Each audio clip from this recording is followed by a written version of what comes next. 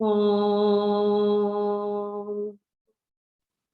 Sadashiva Samarambam Shankaracharya Madhyamam Asmadacharya Parantam Vande Guru Paramparam Ishvaro Guratmeti Multiveda Vibhagne Vyomavad Vyaptadehaya Dakshinamurtaye Namaha Sarva Vedanta Siddhanta Gocharantama Gocharam Govindam Paramanandam Satguru Pranatosh Maha Om Shanti Shanti Om. Boa noite oficialmente então para vocês. Conforme a gente se orientou aqui, a gente parou no segundo parágrafo da página 69 da versão impressa. Então, estamos no capítulo 5, que se chama Consciência ou Ser. Mais uma pessoa chegando aqui, Rodrigo. Então, vamos dando continuidade para a nossa leitura. Outro ponto terrivelmente importante sobre a iluminação é saber que a ideia que você tem, que ao se reconhecer no ser, irá descobrir algo novo, é uma mentira total.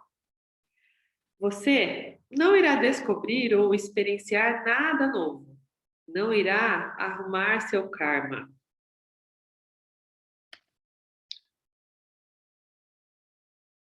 Se você está procurando por alguma coisa nova, um tipo especial de experiência, você está apenas alimentando sua autoignorância. Perdão. Na verdade, quando você se reconhece o ser, o que ocorre é que você vê que a experiência mais óbvia e familiar para você, sua existência, consciência, é o que você tem procurado. Por isso, não é um grande evento e não é uma grande experiência. Nossos pensamentos, sentimentos e corpo são óbvios para nós. Todos nós os temos e sabemos que eles são separados de nós. Nossa existência consciência é super óbvia para nós agora, mas ninguém jamais nos disse que a existência consciência é diferente deles. Então, presumimos que nosso óbvio senso de existência consciência vem do corpo. Não vem. Existe seu corpo, seus pensamentos, seus sentimentos, seu ego, e então, razoavelmente, a parte disso está a sua existência consciência. Embora eles sejam um, porque a realidade é não dual, seu corpo, pensamentos, sentimentos e ego são diferentes de você, existência.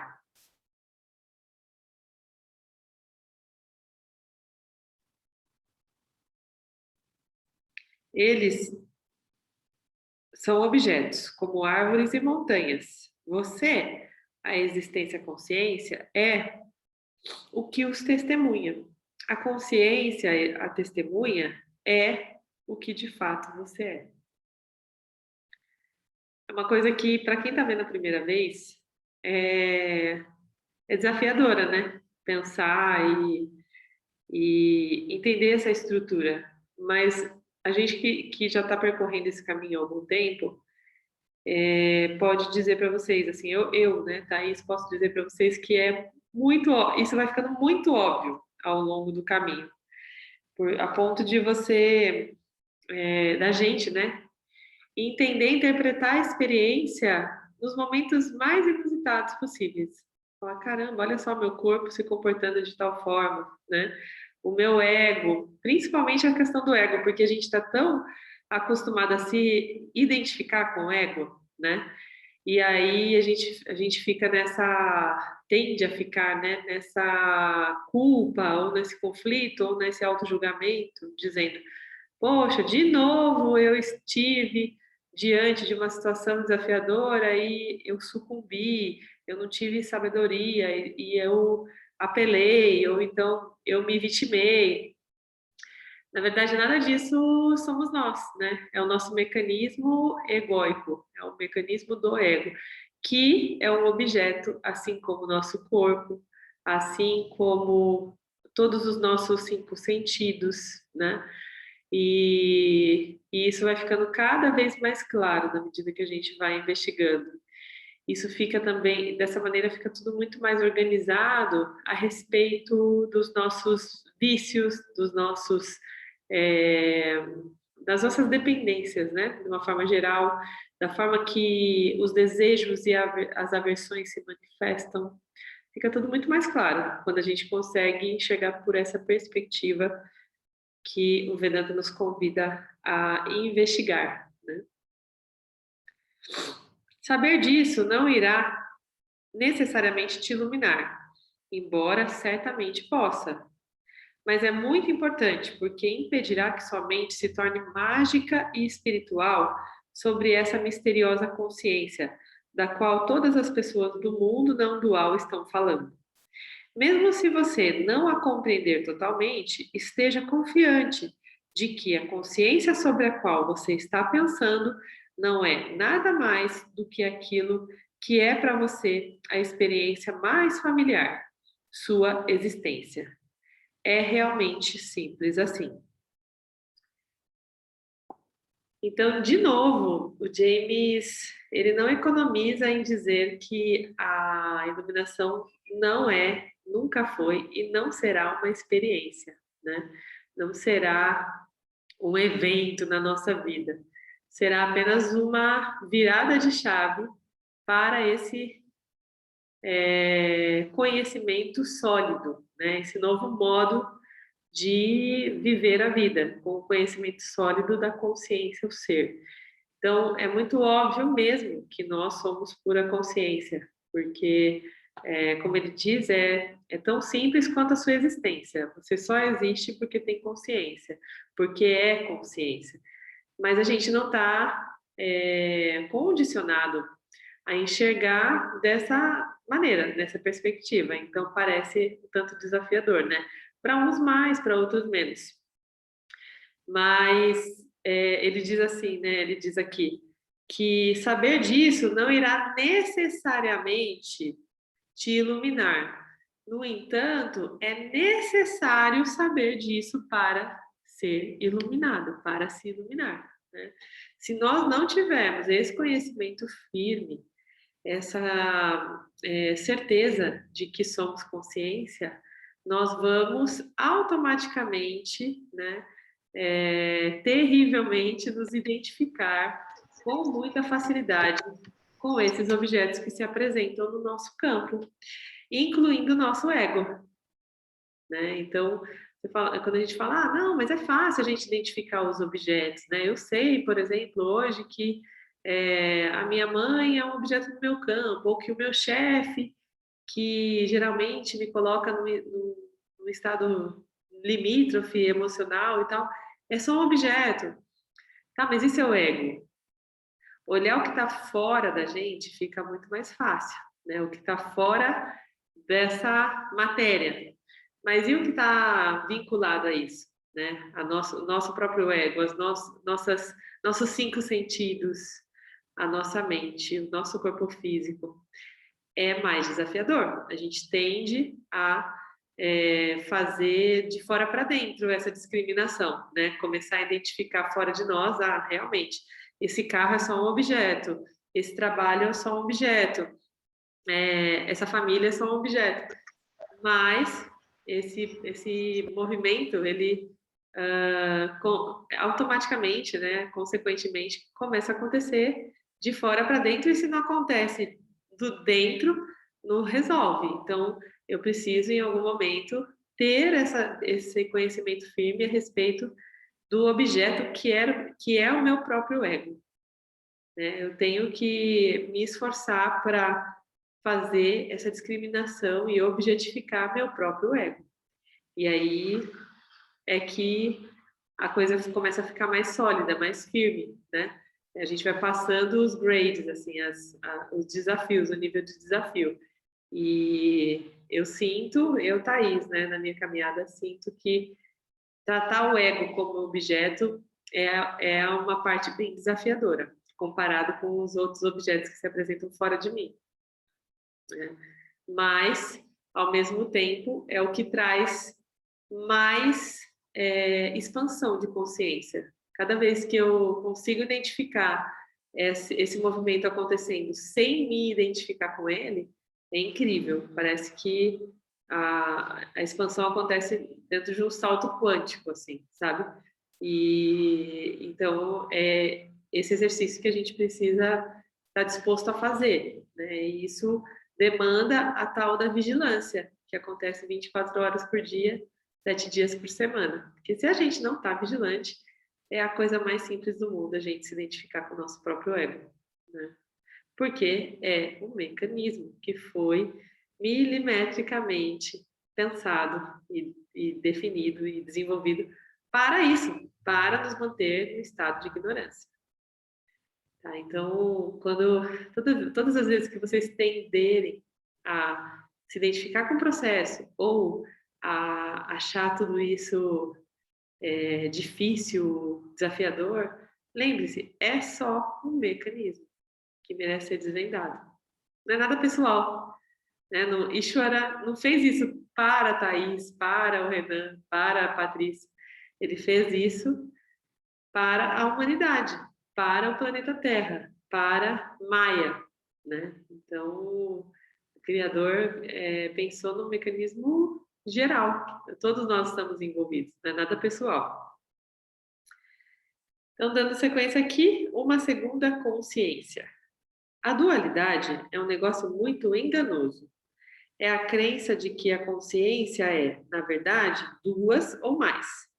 É por isso que você escuta tanto sobre o ser superior ou o ser inferior, o ser verdadeiro, o ser falso, o ser real, o ser ilusório. A dualidade é totalmente compreensível e você deve saber, já no início desse ensinamento, que a dualidade e a não dualidade não são incompatíveis, porque elas habitam ordens diferentes de uma mesma realidade. Ou, se você preferir, a dualidade é um subsistema da não dualidade. Essa definição é muito legal, gente. Depois, conforme a gente vai evoluindo, entendendo esse espaço todo, todos esses lugares, essas ordens de realidade, fica muito simples entender essa definição dele, tá? Elas não se contradizem, da mesma maneira que uma onda não contradiz o oceano. Ela é o oceano, mas o oceano não é a onda. Não precisamos destruir a dualidade, precisamos apenas negá-la. Se experiencialmente destruíssemos a dualidade, teríamos que inventar um jeito novo de viver no mundo. Na verdade, não haveria mundo nenhum, como já nós o conhecemos, para se viver. Quando você tem consciência da verdade do seu ser, as coisas concretas continuam sendo as mesmas que eram antes da sua liberação, mas elas também serão diferentes de uma maneira muito boa. Paradoxos abundam. A segunda consciência é a consciência refletida. Mais tarde, quando desdobrarmos o ensinamento dos princípios macrocósmicos, discutiremos isso em detalhes. É bem técnico. Mas agora precisamos explicá-la resumidamente. Para facilitar a compreensão do porquê buscar a iluminação não é uma linha reta, não é algo que você iria descobrir por si próprio. Se não fosse o Vedanta, isso escaparia da sua atenção completamente. E, gente, sim, escaparia. Conforme a gente vai vendo, a gente vai tendo mais certeza de que, enquanto seres humanos, a gente jamais teria capacidade de desvendar isso nesse nível de detalhe. Então, no começo, É quando a gente ouve, o Vedanta é um conhecimento revelado, um conhecimento revelado. A gente não sabe muito bem o porquê, né? É um conhecimento revelado. Conforme a gente vai avançando, fala, não, realmente tem que ser revelado por um ser que não é daqui, porque de fato é uma visão de panorâmica da coisa, né, que a gente não teria capacidade de ter. Não tem como. A segunda consciência é como a Lua e a primeira consciência é como o Sol. A Lua não tem luz própria, é um satélite morto. O Sol é um fogo radiante, brilhando em todas as direções, gerando luz de dentro de si mesmo. Numa noite de lua cheia, é bem possível achar seu caminho na Terra. Se uma criança sai à noite, ela verá a lua e pensará que ela está realmente brilhando. Ela está brilhando, mas não com a sua própria luz. Ela reflete a luz do sol.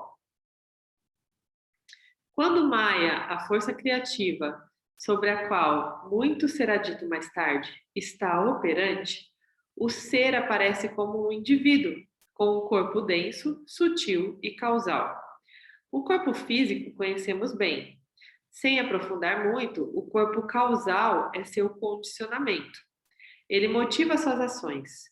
O corpo sutil é a pessoa que você pensa que é a consciência refletida. E assim, porque e assim como a Lua, ela não é, na verdade, consciente, embora ela seja considerada consciente, porque é virtualmente impossível separar a luz que brilha nela da superfície reflexiva sobre a qual ela incide. Para obscurecer ainda mais a verdade sobre o corpo sutil, ele é o lugar em que você, não, em você onde as experiências acontecem, onde todos os seus sentimentos e pensamentos ocorrem. Quando os corpos sutis, pessoas, dizem eu penso ou eu sinto, não é verdade, porque a consciência, o eu, não pensa ou sente. Os corpos sutis não pensam ou sentem conscientemente, porque eles não são, na verdade, conscientes. A consciência pura, como o sol, reflete o corpo sutil, e os pensamentos que surgem nele são iluminados e conhecidos. Se você tirar a consciência do corpo sutil, não poderá ver os pensamentos surgindo nele. No sono profundo, a consciência não ilumina o corpo sutil. Então, não há você lá.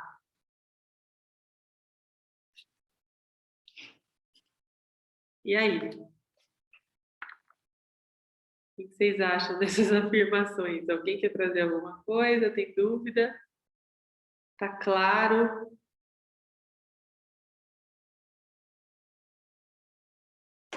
Eu tenho uma pergunta. Diga. Eu sei que eu sou um pouco ansiosa, mas o Vedanta fala alguma coisa sobre os sonhos? Que se a gente não está lá, o que é essas imagens que brotam do nosso, sei lá de Então, onde? o Vedanta vai falar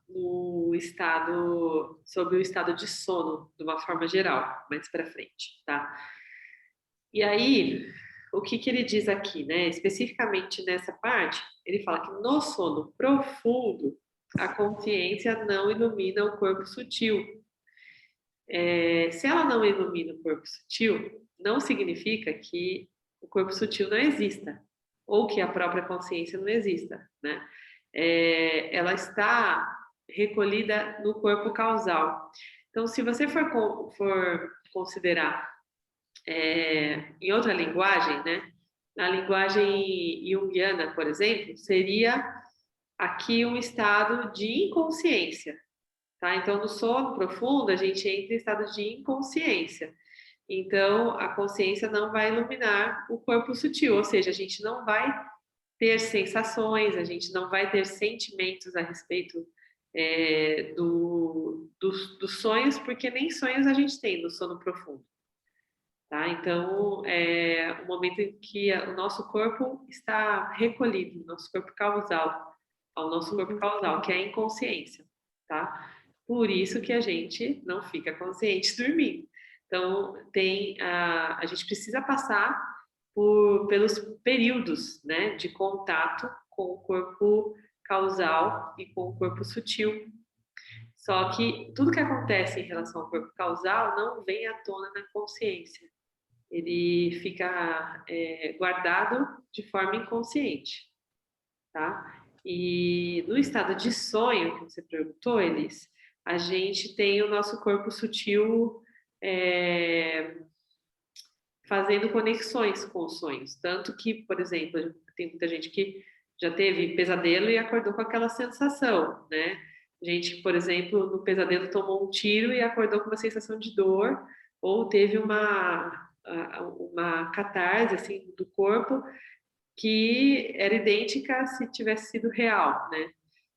Ou seja, usou os sentidos para vivenciar aquela experiência do sonho. Isso acontece no corpo sutil, tá? Sonho sempre acontece no corpo sutil. E no sono profundo, o corpo sutil desliga também, ele se recolhe para o corpo causal, que é a inconsciência. Então, basicamente isso. Mas mais para frente ele vai dar mais exemplos sobre isso. Okay? Alguém mais quer falar alguma coisa sobre essa parte do caminho?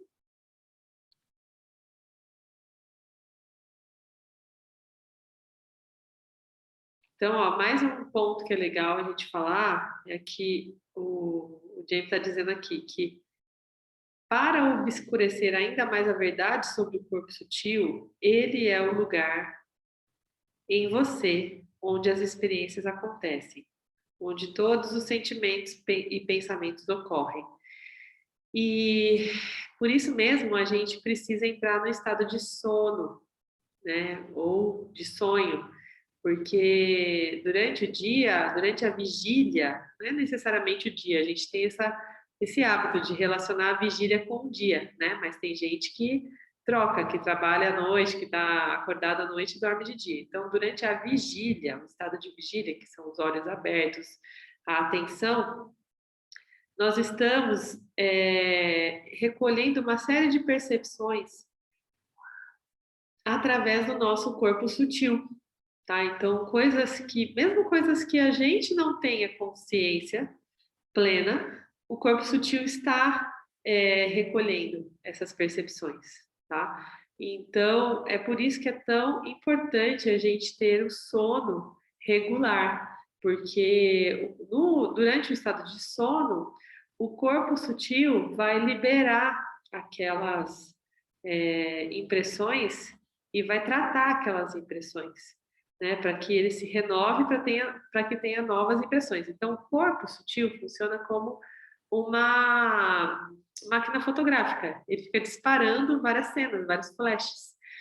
Mesmo que a gente não perceba, ele está fazendo isso o tempo todo, coletando as informações do campo, tá? Então, tem gente, por exemplo, que assiste um filme de terror, vamos supor, mas que a consciência dele não está tendo nenhum tipo de surpresa com aquele filme. Só que o corpo sutil está registrando uma série de más impressões. E aí depois a pessoa vai dormir e sonha com o filme. Fala, nossa, mas dentro de mim estava tão óbvio que era fake, né? Que não era para eu me assustar, mas aí eu tive um pesadelo com o filme. Significa que o seu corpo sutil não digeriu aquele filme, sabe? Entrou em contato com algumas questões que desestruturou ali o corpo sutil, né? Questões que desestruturaram.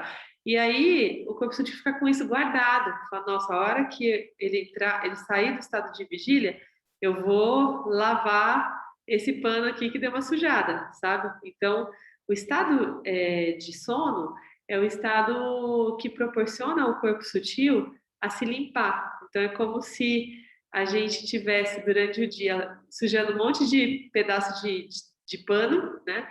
E durante a noite durante o estado de vigília, né? Sujando e na hora do sono o corpo sutil vai limpar essas impressões, tá? Então é basicamente isso que acontece segundo o Vedanta, a explicação sobre o sono, o estado de sono. E aí a gente consegue perceber que A nossa consciência é uma coisa e o corpo sutil é outra, é um objeto, né, que faz com que a gente tenha uma ampliação da discriminação, da percepção do campo, mas que não é a nossa consciência. Nossa consciência é o ser, é algo que está além, né? Ela faz parte dessa consciência, mas não é a consciência. É igual a onda para o mar, né? É a onda, também é mar, mas não é só, o mar não é só onda.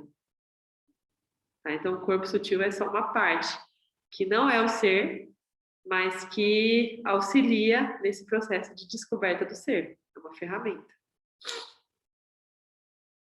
Antes de continuarmos, você notará que estamos começando a introduzir alguns termos técnicos. Então, é o que eu falei para vocês lá atrás, né? Que a partir do capítulo 5, viriam vários novos termos, várias novas estruturas que vão permitir que a gente faça uma amplificação do vocabulário do Vedanta e do próprio entendimento do mecanismo, né? Então, ele começou a falar aqui, ó, sobre corpus denso, sutil e causal. Se você está determinado quanto à investigação do ser, deveria começar a pensar sobre si mesmo em nossa linguagem científica, o que ajuda a fazer a transição da pessoa que você pensa que é para a consciência impessoal que na realidade você é. Uma vez que tenha feito a transição, você pode descartar a linguagem. Pensar em você mesmo como uma pessoa é um grande problema. Na verdade, é o único problema. De certa maneira, é uma pena que eu tenha que lhe dizer isso, porque você pode muito bem largar o Vedanta e se dirigir em busca de um ensinamento mais animado e caloroso. E como tem, né, gente? Acho que de alguma maneira a gente passou por algum deles, né? Algum ensinamento bem animadinho.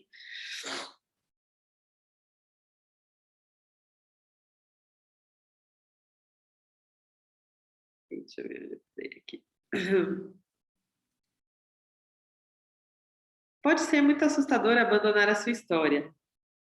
Ela tem estado com você. Na verdade, você pensa que é você desde quando consegue lembrar. Você não pode imaginar a vida sem ela. Na realidade, você não precisa se preocupar. Você pode manter sua personalidade se desejar, porque ela não te anula. Você não pode ser anulado. Você tem uma identidade muito mais ilustre, uma que facilmente acomoda qualquer história. Então, olhando para a relação da onda para o mar, né, da mente para a consciência, existe essa mesma relação da Thaís, que está manifestada aqui, para o ser que eu sou, né? Ah, mas eu não existo? A Thaís não existe? Existe, é uma manifestação. Assim como a onda é uma manifestação do mar, a Thaís é uma manifestação do ser. Então, todos nós, a gente fica pensando, né? Tende a ficar pensando, pô, mas e agora? É a minha história como Thaís. Eu vou jogar no lixo? Não importa isso mediante o Vedanta? Não importa mediante o ser que somos. Mas não precisa ser descartado porque é uma partezinha ali do ser. Né? Então, quem já entendeu, quem já tinha entendido isso antes, de que essa não é a única vida que a gente tem, que a gente provavelmente já esteve aqui experienciando esse mundo com outras identidades, fica mais fácil de entender. Né? Quem ainda não tinha tido isso bem internalizado, se depara com um desafio maior, geralmente, porque tende a ficar mais apegado a essa identidade de agora, né? Mas é só pensar isso, que não, a minha história, o que está se manifestando aqui, nesse mundo tridimensional, em Mítia, né? Através desse véu da ilusão de Maia, essa projeção de Maia, tem uma história, pode ser chamada de Thaís, tudo bem, pode ser chamada de Thaís, também tem a história, e a história também é uma realidade aparente, né? que está refletida aqui. Então, essa segunda consciência que ele está falando, né? Uma segunda consciência é essa consciência refletida aqui. É o que está fazendo tudo se manifestar e movimentar aqui nessa realidade aparente. É uma segunda consciência, não é a primeira consciência, que é o ser. Ok? Então, é por isso que tem esse nome subtítulo. Não precisa deletar essa segunda consciência para entender a primeira. Elas coexistem, tá? Então, de certa forma, é até um trunfo, né? Eu ter, enquanto Thaís, manifestada como Thaís, ter descoberto o Vedanta. Então, faz parte dessa história. Eu, Thaís, faço parte dessa história de descoberta do meu ser. É legal. Eu não preciso simplesmente queimar e deletar isso, né? Essa parte da história. Mas eu preciso entender o quanto isso é relevante comparado com o ser que eu sou. Com o serzão, né? Esse segundo ser é um serzinho perto do ser que eu sou, né? Do grande ser, da grande consciência. É o seu pensamento que cria a sua realidade. E na medida em que sua história não está em harmonia com a realidade, a qual é obviamente impessoal, você vai sofrer. Pensar sobre si mesmo como a consciência impessoal e comum, como aquele que conhece a pessoa a qual você está tão apegado, pode parecer um pouco de preciosismo desnecessário, mas lhe asseguro que não é. Conforme lhe fornecemos a lógica para apoiar nossa afirmação sobre quem você é, isso fará cada vez mais sentido. Em todo caso, quando a pura consciência está sob o feitiço de Maya, ela fica fascinada com os eventos subjetivos que surgem no corpo sutil. Se identifica com eles e falha em perceber que ela está meramente experienciando o reflexo inerte dela mesma. Quando você não sabe disso, tenta fazer o impossível, se conectar consigo mesmo e ou se reconhecer. Isso não é possível, porque a realidade é sempre somente a consciência se experienciando. A consciência é reconhecida, ou seja, ela sabe quem e o que ela é, sem a ajuda das palavras. Ela é autoconsciente, ela é autoexistente. Ela é livre da noção de sujeito e objeto, que a ignorância aparentemente lhe impõe. Pergunte-se o seguinte: o que você está fazendo para ser o que é? Você não está fazendo nada para ser o que é. Você não pode fazer nada para ser o que é, porque você é o que é. Iluminação não é saber que você é saber o que você é e o que significa ser o que você é.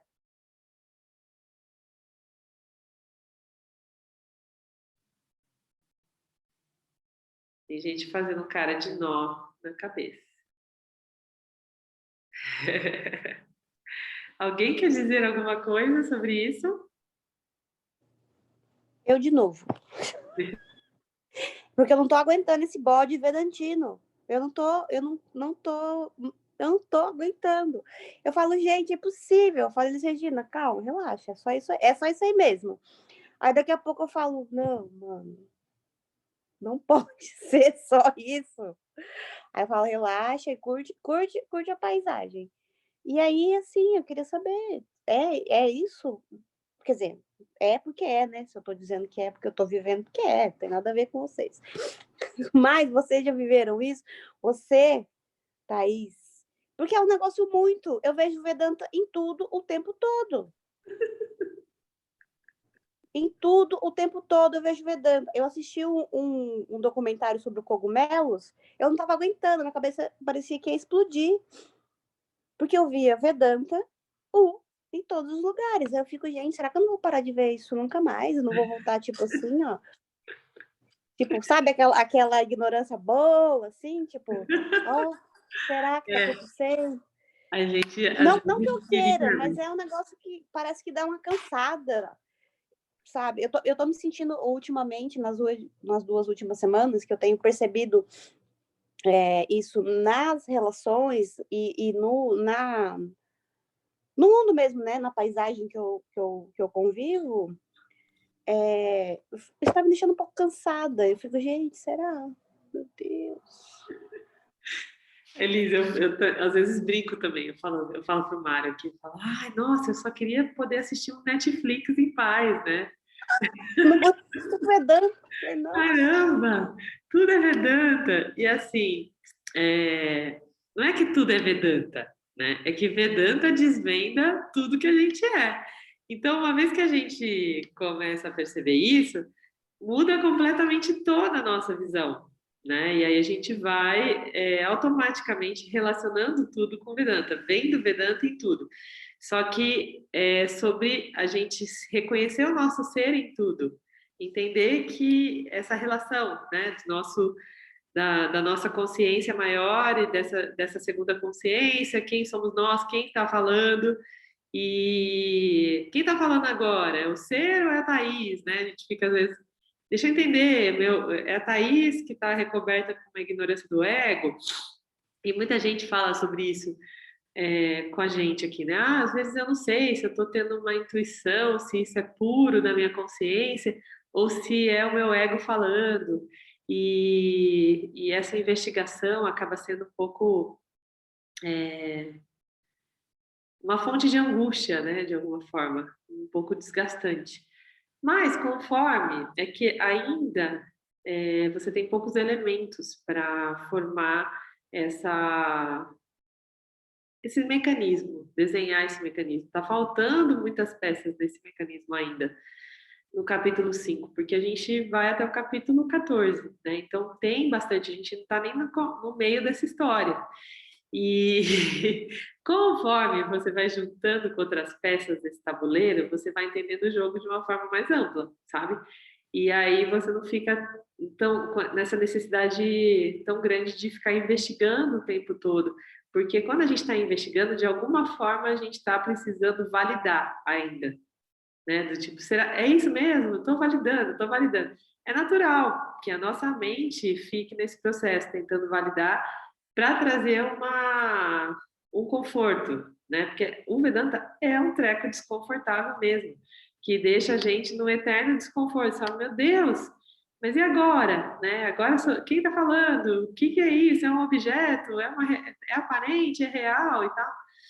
É normal, mas conforme você vai colecionando esses outros elementos do tabuleiro e percebendo o jogo, você fica mais confortável, sabe?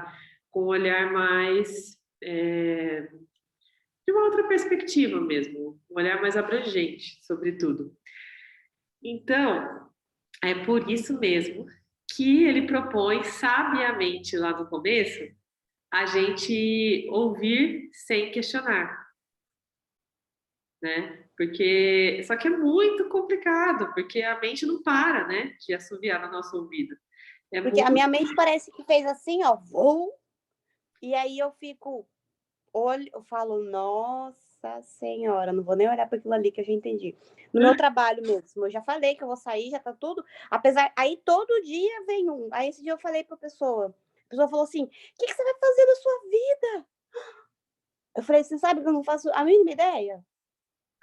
"Não sei, não faço ideia, tô deixando assim, ó, acontecer". A pessoa olhou pra mim com a cara de velho, aí eu falo: "Cabeça, mano, para, já decidimos, pode parar de mandar gente aqui, porque eu não vou mudar de ideia".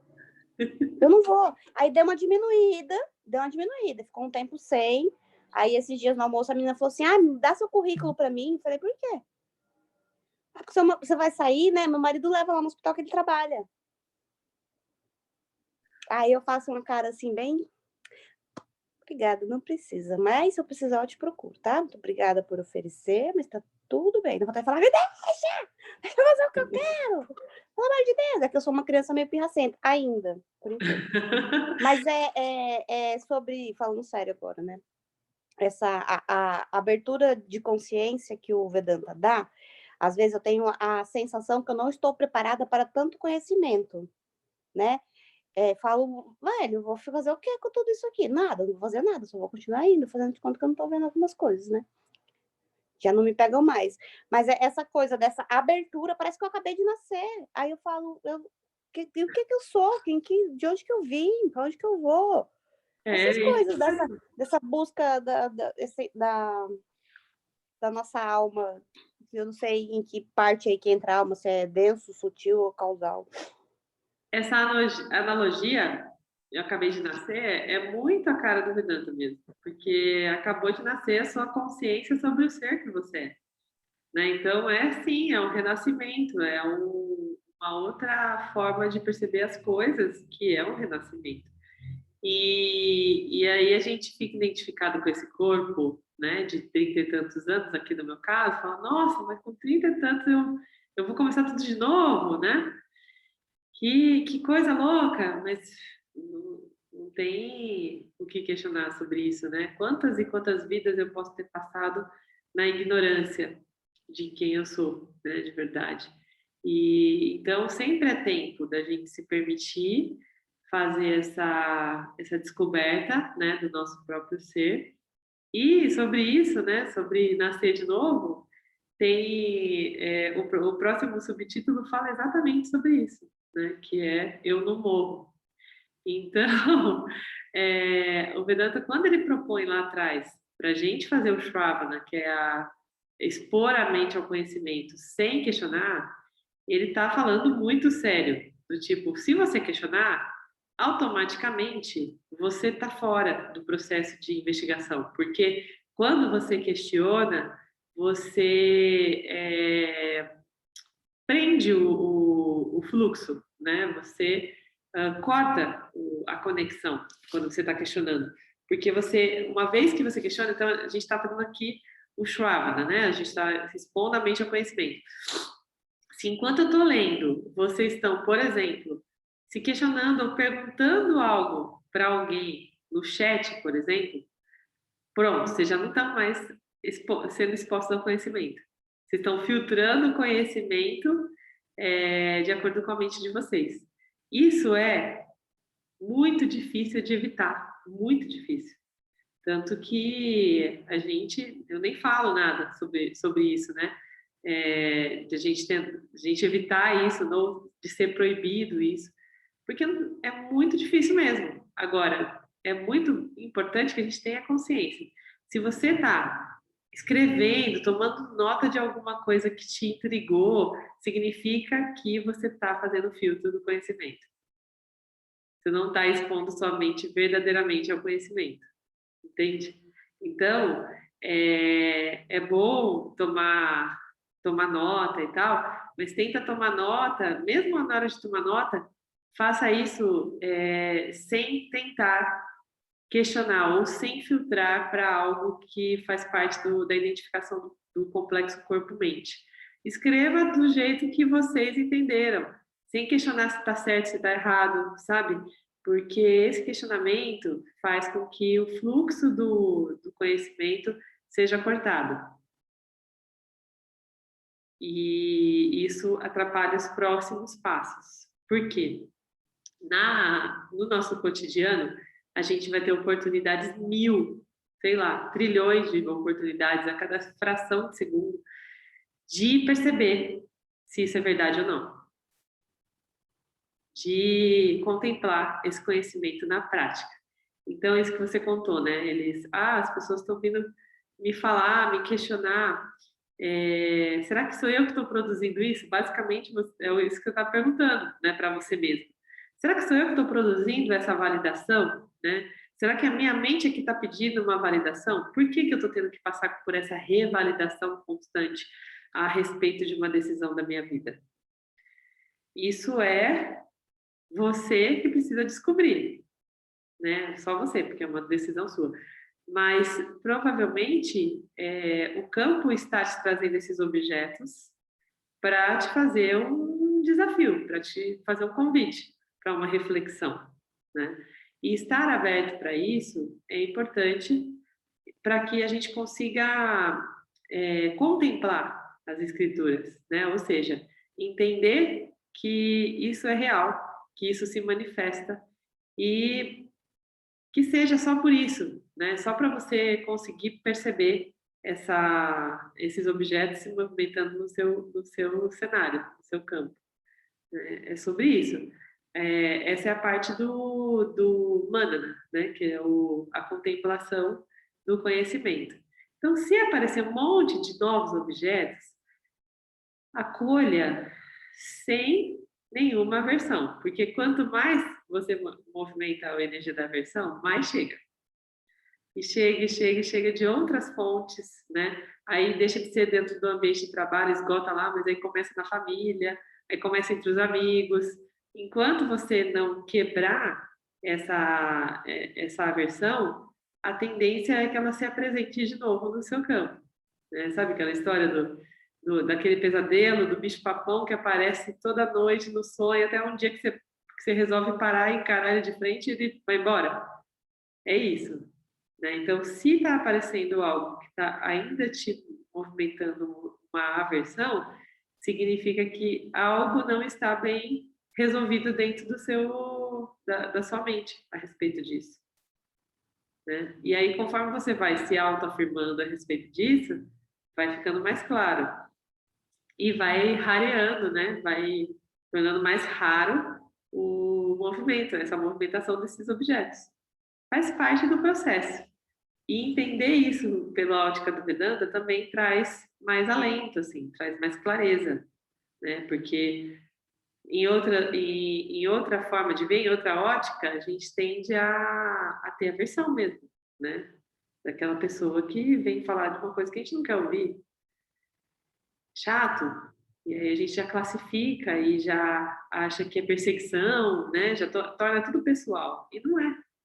Não é nada pessoal, são só elementos aparecendo para te trazer mais potência de discriminação, mais oportunidade de discriminar, sabe? E é isso. E é sobre isso mesmo. E é cansativo, sim, principalmente no começo. Por isso que a gente começou com 30 e hoje tem acho que 12. Eu falei isso desde o começo para vocês, né? Ao longo do tempo, as pessoas vão deixando porque se cansam, porque não estão preparados, porque não descobrem que ainda estão muito vinculados, né, com esse complexo corpo-mente, com essa cadeia de desejos e aversões desses 5 sentidos. E é isso, é natural, né? E aí as pessoas vão se desinteressando naturalmente, porque não encontram lugar de conforto, porque realmente não é um conhecimento confortável, não é, definitivamente. Então, quem gosta de conforto, fica em casa assistindo Netflix, que sempre tem uma coisinha mais super legal, né, lançando a cada semana lá para a gente se distrair, né? É sobre isso. Fica firme aí, Alice. Fica firme que são só objetos. E aí a gente vai falar que a gente não morre, olha que beleza. Olha que alento, gente. Quando você pensa ser o corpo sutil, você está propenso a certas crenças que não se encaixam com quem você realmente é. Uma dessas crenças é que você nasceu e que você vai morrer. Essa crença influencia consciente ou inconscientemente tudo que você faz. Você acredita que o tempo está se esgotando e que você precisa conseguir tudo o que quer antes de morrer. Se você se conhecesse como é, não estaria interessado em saciar experiências desejadas na sua pequena vida antes de morrer, porque compreenderia que é imortal.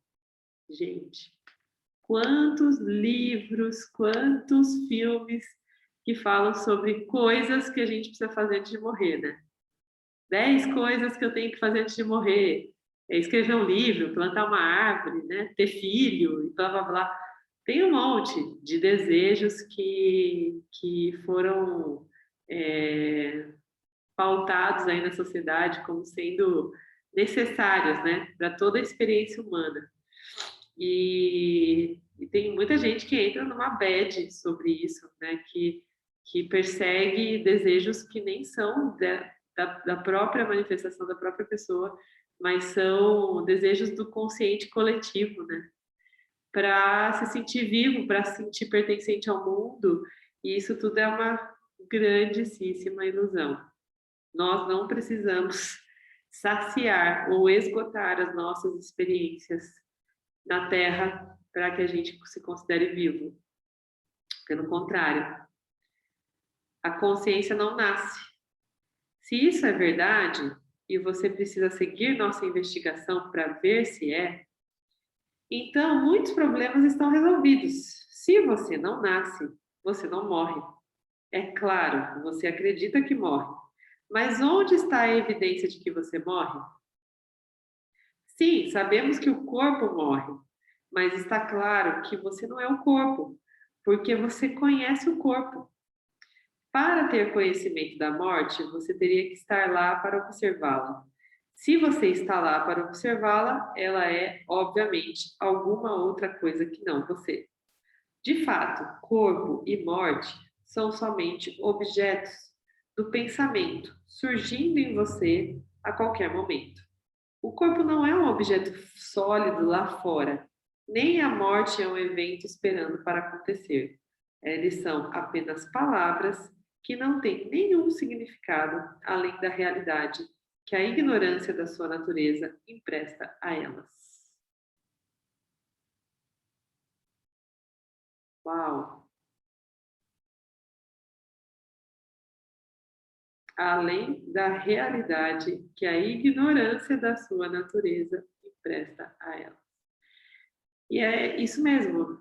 Toda essa pseudo-realidade se mostra a partir da nossa ignorância sobre a nossa real natureza. É só sobre isso.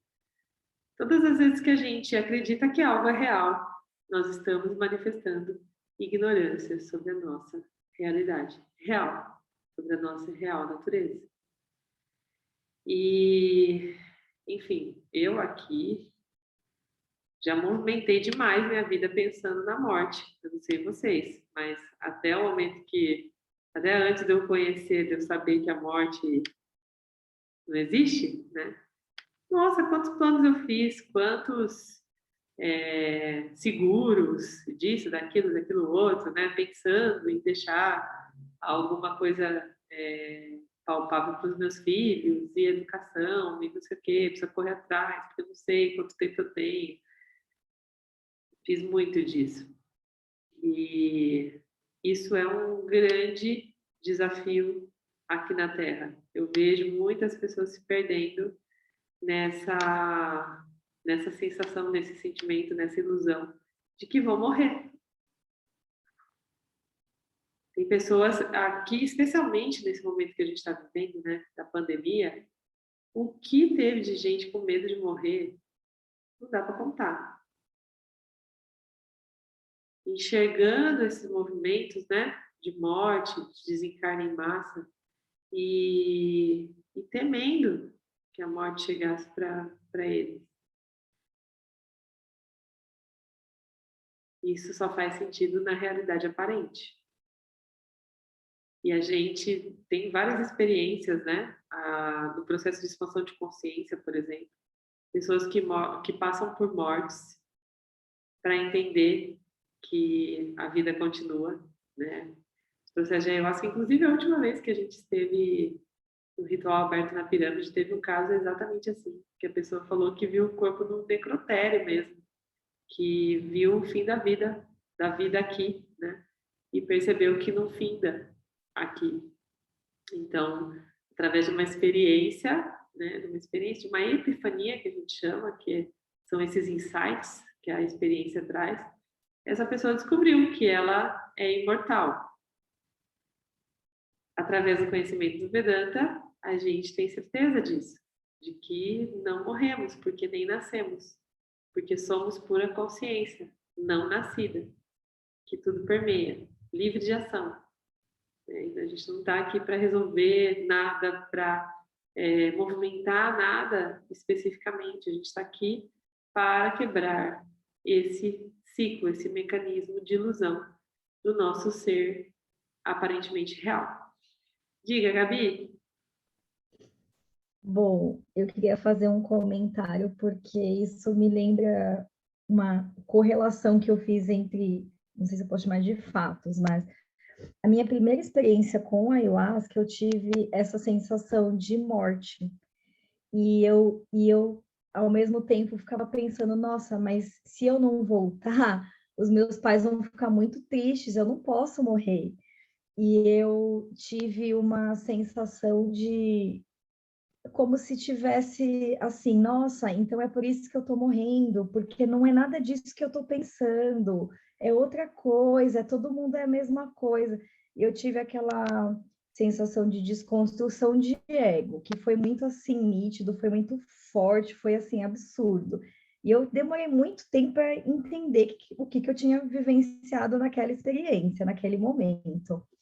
E aí eu fiz uma correlação com um episódio daquela série Black Mirror, da Netflix, da Netflix, Sim. que a gente morre, mas a nossa consciência é eterna. Então, fez sentido essa relação que eu criei, né, entre uma experiência e outra. E você falando para a gente sobre isso me fez recordar, porque eu me apeguei tanto a essa ideia de que assim como a Elis comentou, eu também fico me questionando o tempo todo. Eu questiono por que eu estou nesse círculo de amizade e não está mais fazendo sentido? Por que eu estou saindo com essas pessoas e não consigo me identificar mais, sendo que eu vivi aqui com essa galera há 12 anos? Então eu começo a questionar tudo. Só que se eu começar a questionar, eu que já sou uma pessoa que tenho um histórico de depressão e de ansiedade, começa a surtar. Aí eu já fico assim, só deixa acontecer e eu começo a ignorar, porque se eu for parar para refletir, ficar tentando entender, eu sei que vai ser muito pior para mim, né? Então eu tento fazer essas microdosagens de, ok, talvez eu não precise entender tudo, porque para a pessoa que sofre de ansiedade, ela precisa entender e ficar repetindo, né, o pensamento e reforçar. E aí eu falei, não, eu acho que talvez esse até seja um caminho de eu me libertar disso, porque não dá para ficar questionando tudo, né? Sim. Enfim, só queria compartilhar esse adendo. E eu já ouvi falar, algumas pessoas falaram já que a série de Black Mirror traz várias concepções assim importantes do ser, né, do Vedanta, através de alguns episódios ilustram isso muito bem. A ayahuasca, ela é muito poderosa para trazer essa epifania, né, que é essa experiência da dissolução do ego, justamente para mostrar que a gente não é isso, né? Então tem várias pessoas, inclusive tem um nome, recebeu um nome esse fenômeno que se chama morte xamânica, né? Tem várias pessoas que passam por essa experiência de morte xamânica justamente para se dar conta de que não é o corpo, né? De que não é essa personalidade. Então, é muito comum a gente acessar isso através da epifania. Por isso mesmo que existe tanta busca pela experiência, né? No fundo, o que as pessoas querem durante a experiência é essa sensação de fusão com o todo, né? Essa sensação de volta para a origem da coisa. E essa sensação também de pertencimento a uma coisa maior, né? E é por isso que a gente geralmente tem essas tendências de passar por experiências bem parecidas, né, de dissolução do ego. E aí, assim, eu penso que em relação às manifestações que acontecem aqui, nessa realidade aparente, né, enquanto Gabi, a gente precisa ter confiança só de que se a gente nem é isso, os nossos amigos automaticamente também não são, né, o que eles estão se apresentando. Então, tá tudo bem. Os círculos e as proximidades, né, as afinidades, elas acontecem a partir de um fenômeno de atração mesmo, né, de ressonância. E quando essa ressonância não é harmônica, ela se dissolve naturalmente. Então, quando você pensa por essa perspectiva, o que você pode concluir? Que se você ainda está próxima deles, é porque eles ainda em algum lugar têm ressonância com você. Mesmo que eles estejam mostrando, te colocando nesse nível de questionamento, significa que ainda tem aí algumas lições para você extrair desse círculo, né? Caso contrário, ele não existiria mais no seu campo. Então, tudo que está manifestado aqui, tudo que se manifesta nessa realidade aparente, acontece para a nossa construção dessa percepção do ser que somos, sabe? Então, cabe a nós confiar nesse fenômeno, cabe a nós confiar nesse mecanismo, de que ele existe muito antes da gente pensar em se manifestar aqui, né? Não existe antes da gente existir, porque como a gente é o ser, a gente existe ao mesmo tempo que o Vedanta existe, né? A questão é que ele está manifestado, a gente está tendo a oportunidade de manifestar essa aproximação, esse conhecimento do Vedanta nessa vida, nessa projeção aqui, né? Enquanto Thaís, enquanto Gabi. Então, tudo isso é válido.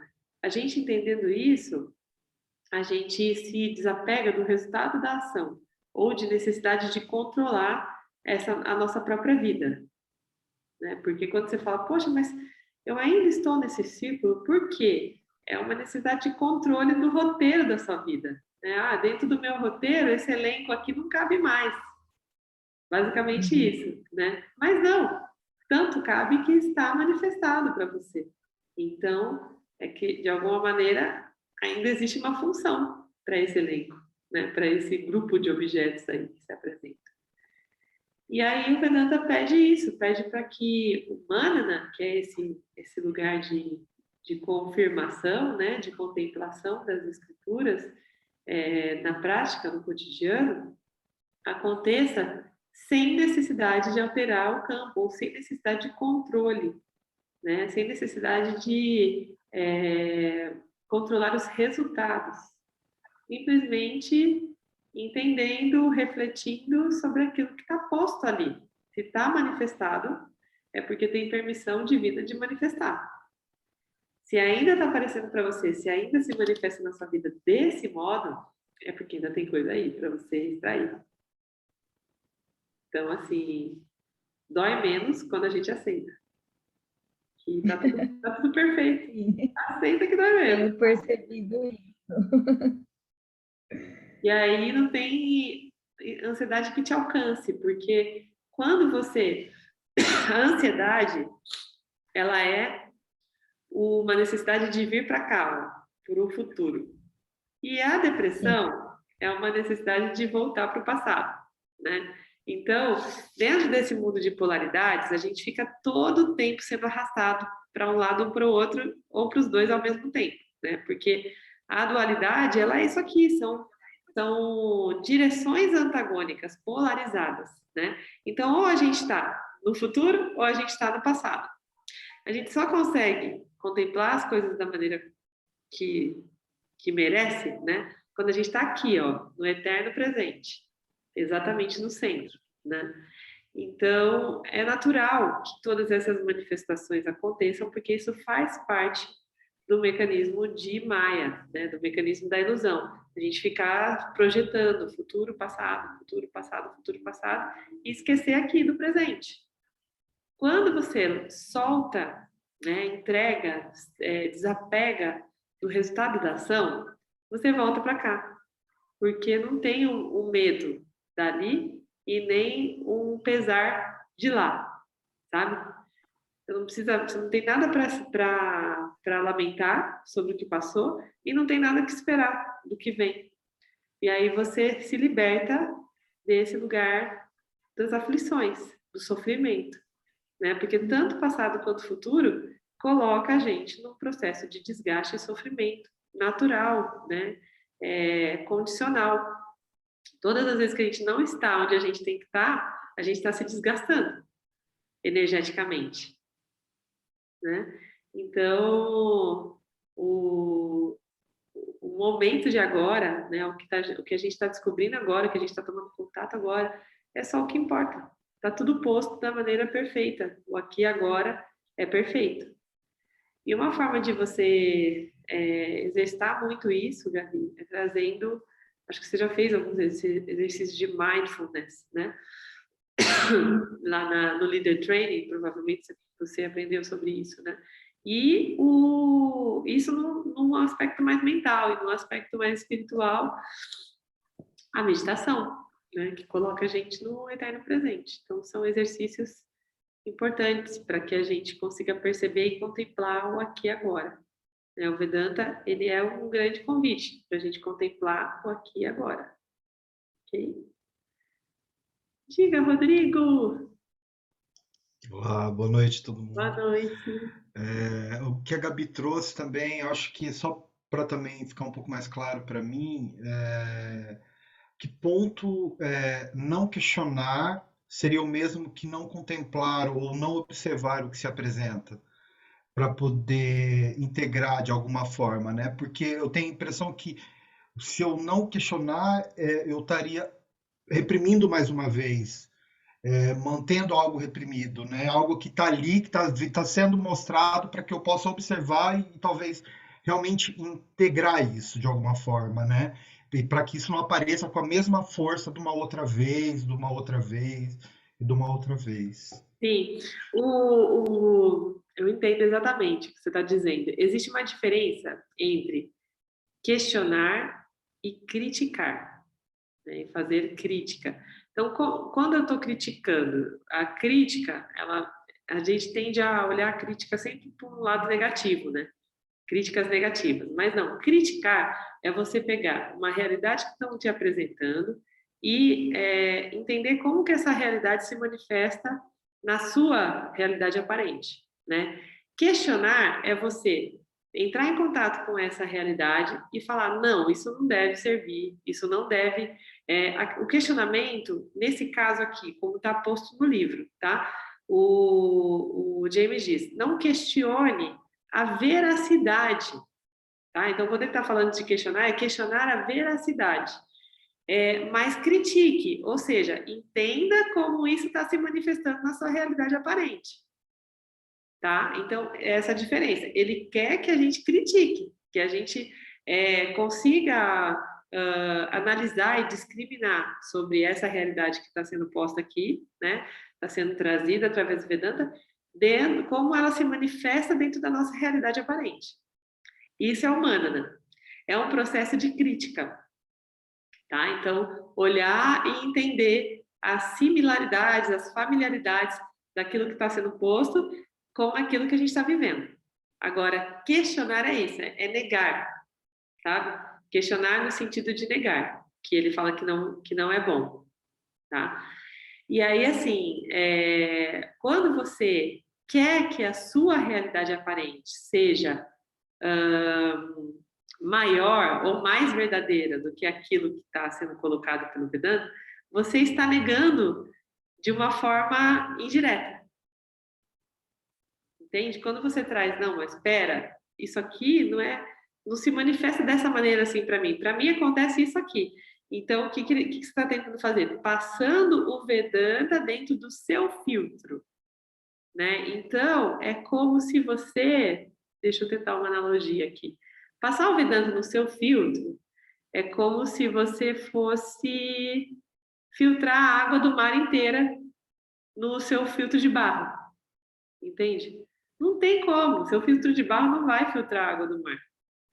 Porque não tem capacidade para isso, né? O filtro de barro é uma vela. Você já viu como é que é o filtro de barro?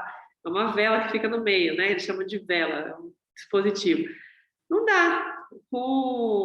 Sei lá, com 1/1000, 1/3000 do oceano, já acaba a capacidade do seu filtro do barro, né? Um filtro que já está sujo, né? O filtro, então, que já está sujo, justamente, você já está usando há anos e anos. Então, não adianta você querer passar um conhecimento dentro de um filtro que é tão limitado, entende? Então, quando ele fala sobre questionar, é isso. É você projetar a realidade, a sua realidade em cima da realidade do Vedanta. Aí é que nem tapar o sol com a peneira, entende? Não tem jeito. A realidade do Vedanta, ela é a realidade real e a sua é a aparente. Então, sempre vai ser menor, sempre vai ser subordinada à realidade maior, né? Só que esse mecanismo e essa estrutura vai ficando mais clara ao longo dos capítulos, tá? Então, agora a gente já começou a falar sobre o corpo físico, o corpo sutil, o corpo causal, e ele vai falar também nitidamente sobre cada elemento desse mecanismo. Aí vai ficando muito mais simples, tá? Agora, esse exercício que você está trazendo é exatamente isso. Não tente tapar o sol com a peneira. Não tente passar a água do mar no seu filtro, porque vai faltar filtro. A gente não tem filtro suficiente para filtrar o Vedanta. Tá? É basicamente isso. Então, solta desse apego de ficar processando as coisas e simplesmente perceba as oportunidades que você vai ter no cotidiano de confirmar que isso é verdadeiro. Tá? Aí você pode me dizer, não, mas eu não estou confirmando, para mim não é verdadeiro. Pode não ser, e tá tudo bem. E é por isso que começam 30 e terminam 10. Pode não ser verdadeiro, né? Tem uma vez eu vi uma frase que fala que aos olhos ignorantes, o diamante mais precioso pode se passar por uma pedra vulgar, né? Então, como que a gente não passa de uma pedra vulgar? Como que a gente consegue reconhecer a preciosidade do Vedanta? Com olhos treinados. Então, é por isso que, para muitos, o Vedanta não faz sentido, porque a busca ainda não cessou. A busca por experiência, a busca pela própria ignorância ainda não cessou. E é por isso que a maioria dos vedantinos que conseguem se manter nesse conhecimento, né? As pessoas que estão aqui pela terceira vez ou outras que estão em outros estágios vendo outras estruturas, né? Outras escrituras, né? São pessoas que já cansaram, que já visitaram, que já treinaram o olhar, né? Que já visitaram outras experiências, outros caminhos e não encontraram aquilo que estavam procurando. Aí, quando se deparam com o Vedanta como um diamante bruto, já tem um olhar treinado para entender que é precioso, mesmo que não pareça. Entenda? Então, entende? Então é isso. A gente pode não... Tem algumas coisas que a gente pode não conseguir compreender de cara, mas olha aquilo como um diamante bruto. E entenda que esse processo do cotidiano é o processo de lapidação do diamante. Agora, vocês ainda estão com o diamante bruto, que teve, sei lá, umas 2 ou 3 lapidadinhas aí. Mas no final do livro, especialmente, vocês já vão ter uma lapidação mais fina, né? Já vão conseguir perceber a preciosidade desse diamante. Tá? E durante o dia, o cotidiano e a vida, cada dia vocês têm capacidade de lapidar mais esse diamante, de acordo com a disponibilidade, a disposição de vocês de estarem atentos e discriminadores desses objetos que surgem, que é o 24 horas por 7 dias, né? É um momento que a gente está... Às vezes a gente sonha, eu várias vezes acordo lembrando de algumas partes de um sonho e discriminando sobre isso, sabe? Aí quando eu vejo, já começa o dia discriminando. E é esse exercício, é discriminação, reflexão, 24 horas, 7 dias. Aí você vai identificando nitidamente esses objetos, essas realidades que se cruzam, né? Que de alguma maneira se fundem aí para nos confundir. É o mecanismo. Ok? Mais alguém quer falar alguma coisa?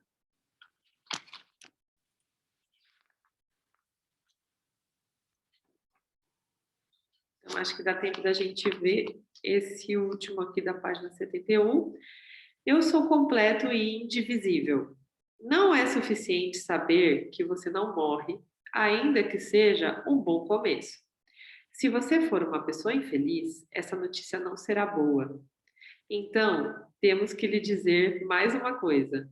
Talvez o fato mais importante a seu respeito. Você é pleno e completo. Você não pode negar que está consciente, isso é óbvio.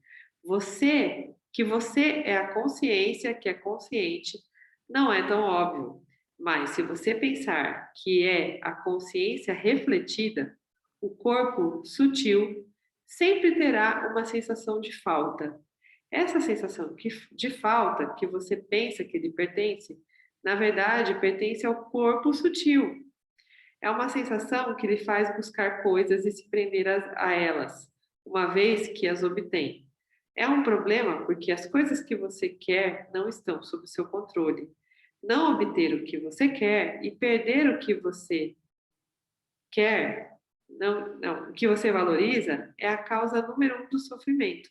Mas se você soubesse que está sempre completo, seu sofrimento seria aliviado. Então, é muito importante saber que nada pode ser acrescentado ou subtraído de você. Se você não é feito de partes, como pode algo ser adicionado ou subtraído? Os corpos sutis frequentemente gastam toda a sua vida tentando se manter unidos. É uma tarefa fútil pela seguinte razão: a consciência que você é não tem partes. Ela parece muito com uma montagem, mas não é. Ela é completa e indivisível. Quando você compreende esse fato, para de tentar se consertar, porque nenhuma cola pode lhe manter unido. Você já é unido. Durante aqueles momentos nos quais sua mente está quieta, você deve ter percebido uma corrente estável de plenitude, uma sensação inexplicável de êxtase, um sentido de autoconfiança não decorrente de qualquer coisa que você tenha conseguido. Essa experiência está acontecendo o tempo todo em você. É você experienciando a abundância que você é. Ela está escondida de você porque você está distraído pelas agitações da mente.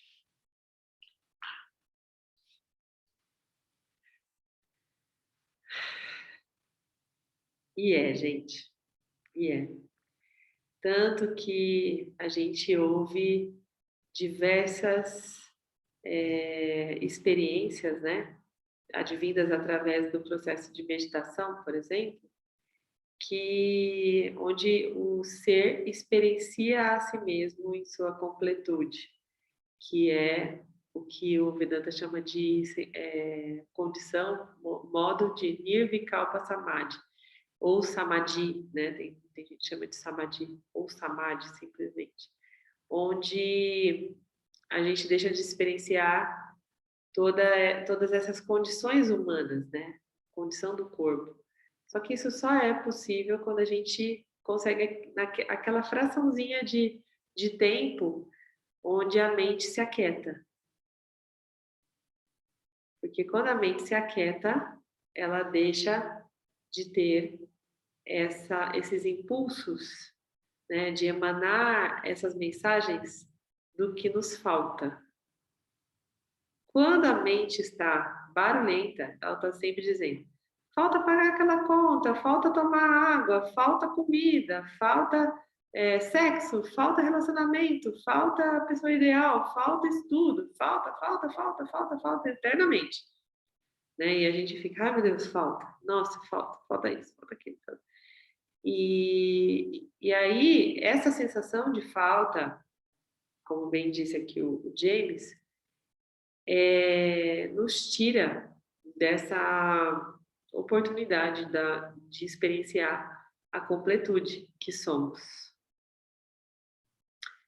Só que o Vedanta vem trazer essa verdade, que é uma verdade que precisa ser considerada, que essa completude, ela não deve ser experienciada. Ou seja, essa completude experienciada é uma epifania. E toda epifania tem uma hora para acabar. Tem começo, meio e fim. Por isso, essa completude deve ser conhecida. Tá? Então, é por isso que nós, aqui, especialmente na Arca, né, escolhemos esse caminho do conhecimento para completar o ser. Né? Porque durante as epifanias, como a Gabi disse, ela já percebeu que ela não é o corpo dela. Só que durante o dia, ela tem fome, ela tem sede, ela tem vontade de comprar uma bolsa nova, ela tem a garrafinha dela que tem a pontinha fluorescente que ela toma água e todo mundo acha que ela está queimando a boca durante o ritual, é aquela experiência, ela não larga a garrafinha, ela traz sempre a garrafinha, porque vai Eu fui faltar. proibida de levar por você, não vou mais Agora ela foi proibida de trazer a garrafinha fluorescente. Mas por que ela traz a garrafinha? Porque ela tem sede, né? Porque o corpo dela pede. Então, durante esse processo, enquanto a gente está identificado com o corpo, a gente vai estar sempre identificado com todas as necessidades do corpo, né? E da mente. Por isso que o conhecimento é que liberta, porque a sede, as necessidades fisiológicas, de um modo geral, elas não vão ser apartadas do nosso corpo físico só porque a gente descobriu que a gente é o ser. Né? A gente não basta descobrir que é o ser para a gente se livrar de todas essas necessidades, porque elas vão continuar acontecendo, porque as necessidades fisiológicas são objetos que aparecem aqui no mundo aparentemente real. E é por isso que o conhecimento firme faz com que a gente passe por um processo de necessidade, né, fisiológica que a gente está trazendo, mas tem várias outras, sem se identificar com isso. Né? Tem gente que, por exemplo, tem uma vontade de ir ao banheiro e fala, nossa, mas não sei por que, estou com vontade de ir ao banheiro. Mas você está com vontade de ir ao banheiro porque você é humano. Você tem necessidades fisiológicas e está tudo bem se você precisar ir 10 vezes ao banheiro por dia. É um mecanismo só funcionando, você não precisa se identificar com isso. Né? Ah, mas por que eu tenho que ir 10 vezes ao banheiro e o meu colega que trabalha comigo só vai 2? Porque é simplesmente assim. Não tem que ser um motivo de sofrimento. E gente, é a coisa mais surreal. Tem gente que sofre porque tem que ir ao banheiro. Tem gente que sofre porque tem que trocar a fralda do bebê, sabe? Eu já vi mãe falando, ai meu Deus, é um pesadelo quando eu tenho que trocar a fralda do meu bebê. Mas meu pai, é uma coisa tão óbvia que é uma necessidade, é só um mecanismo. Né? Não precisa se identificar tanto com isso, vai passar o cheiro, né, da fralda, passa, é só trocar e resolve. Mas a gente está condicionado, sabe? Coisas que parecem tão sem valor, por conta desse condicionamento de identificação do complexo corpo-mente, toma essa proporção. Então, quanto mais identificado a gente está com o complexo corpo-mente, mais a gente tende a reagir de uma maneira inflamada às coisas, sabe? Vocês vão percebendo que quanto mais vocês vão tomando consciência do ser, menos reagentes vocês se tornam, reativos, né? E menos indignados vocês se tornam. Ah, mas será que eu vou virar uma pessoa inanimada, né? Será que eu não vou ter energia? Será que eu vou ficar, como é que fala? Alheio, né? Alienado? Não, não vai ficar alienado, mas você vai ficar consciente das coisas como elas são. Você vai entender e dar a importância que as coisas têm de fato. Você não precisa ficar se surpreendendo sempre, assustado com as coisas que se apresentam, porque é só um mecanismo. Então, é uma coisa que parece um tanto chocante, assim, para quem está chegando, né? Acho que agora no 5º capítulo você já deve ter percebido alguns fenômenos desse tipo acontecendo na vida de vocês, né? De algum modo. Mas é real e é natural ao mesmo tempo. É natural. A gente vai olhando coisas que antes, ontem, semana passada, deixava a gente indignado e que hoje a gente olha e fala, não, é como é. Tá tudo bem.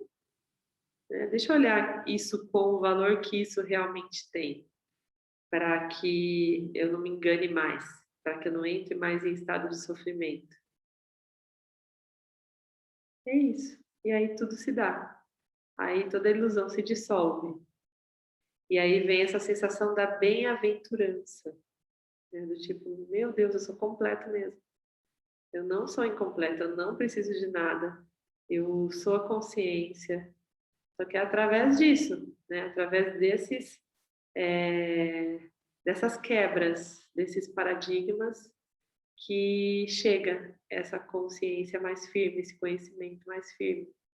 E essas quebras desses paradigmas acontecem nessa fase da contemplação, né? Da coisa no cotidiano, que se chama manana, tá?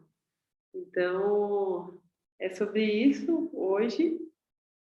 A gente parou na página 72 e o próximo tópico é eu não sou um executor de ações. A gente vai ver isso com mais detalhe na quarta que vem, mas, gente, isso também faz a diferença gigante na nossa vida, a gente não ser mais executor de ações, tá bom? Então, segurem aí até semana que vem.